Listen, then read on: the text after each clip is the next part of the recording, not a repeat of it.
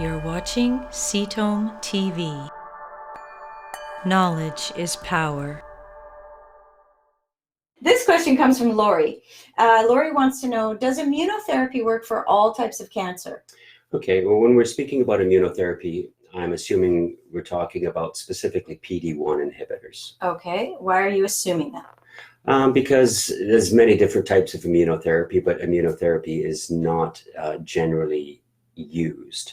What is used as far as immunotherapy is PD-1 inhibitors and CTLA-4 inhibitors. Okay, and that's because it's just so new otherwise, is that right? Yeah, and it's just the other forms of immunotherapy are not that effective yet. Okay, so you're going to answer CAR T. Okay, so answer this question specific to PD-1 inhibitors then as opposed to immunotherapy on the whole, okay? Exactly. And what's the answer? Does immunotherapy... So across different, there's obviously genetic features that determine whether PD-1 inhibitors work or not. And we've spent a lot of time trying to determine those. So we do have a list of them and different features. It's going to be different in every cancer. Okay, so genetic testing, must have testing. Tumor biopsy testing. So across all cancers, if you just take a general population of people from different cancers, the response rate is about 5% for immunotherapy for PD-1 inhibitors. 5 to 9%. Now, obviously, that doesn't sound very good. Well, it's better than nothing, I suppose. So that's a general population. Oh, okay. So this is a general population without any genetic testing or markers or anything. All right, that makes more sense. Across all cancers. Okay. All right. All cancers. Okay. So once you get into stratification of patients and you start finding things like the amount of mutations you have, which is referred to as tumor mutation burden, that can jump up to like 60, 70, 80% response rates. Right. Or, PD-1 positivity, if it's higher than 50% in certain cancers, that can be a significant factor, or microsatellite instability. So there's a few things that will influence work or no work, regardless of the type of cancer you have. So if your oncologist is just offering you immunotherapy without having done any genetic testing, apparently there's a 5-ish% chance that it will be beneficial. 5 to 9%. 5 to 9%. But that depends on the cancer. Some cancers will typically have a higher response, such as melanoma, because they have a lot of tumor-associated antigens. So you're likely to get a good response from melanoma because you have a lot of tumor-associated antigens.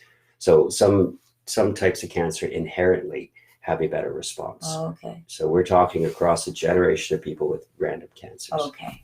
All right. So we got to find out what type of cancer it is specifically, and again, ideally what's driving it. Then you'll know whether that's going to be an effective strategy. And then we could determine the chance of responding. Right, yes. And so we spend a lot of time doing that, determining, what the chances a certain patient will respond. Right. Now, there's another thing about immunotherapy that's kind of important. Even in patients that don't respond, it seems to reset how their tumors respond to different drugs. Okay. So there's a lot of research in that area. We've seen examples where patients didn't have any of the indications. In other words, they had like a 5% chance of responding. They had a few shots of immunotherapy, and then all of a sudden they started responding to drugs they had previously become resistant to, chemotherapy drugs. So there's a lot of research combining immunotherapy with chemotherapy or targeted therapies or different immunotherapies. And that's really where the future of immunotherapy use is going. So we're seeing a lot of, phenomenal results. But immunotherapy as a single agent is about 5%. Okay. All right. And again, there are tests that you can get that will help you to know whether you're in that 5%. Right. And it's worth your while or not. Well, not really. Oh, no? No.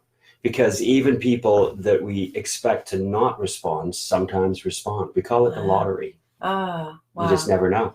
Because there's so many variables that determine whether you respond to immunotherapy. We just don't know them all yet. We're finding them out. So it's too new to know. Yeah, exactly. We're finding details. Them out. All right. So it almost sounds, you might not say this, and I don't mean to put you on the spot, and it almost sounds like you're saying it's worth a try. It's always worth a try. I'm one of the people that believe that everyone should get immunotherapy regardless. Because even if this other factor, the side effect you're saying where it kind of restarts. Now, Of course, you want to look at your genetics. There are specific genetic mutations which will actually cause immunotherapy to make your tumors grow faster. So you have to be careful. Right. You have to have your genetics done. Right. It's very important. Yes, you don't want to be in that count. No, you don't. No. Okay, thank you. Thank you. Good question, Lori. Thank you. Thank you for watching Ketome TV. Subscribe below and stay informed.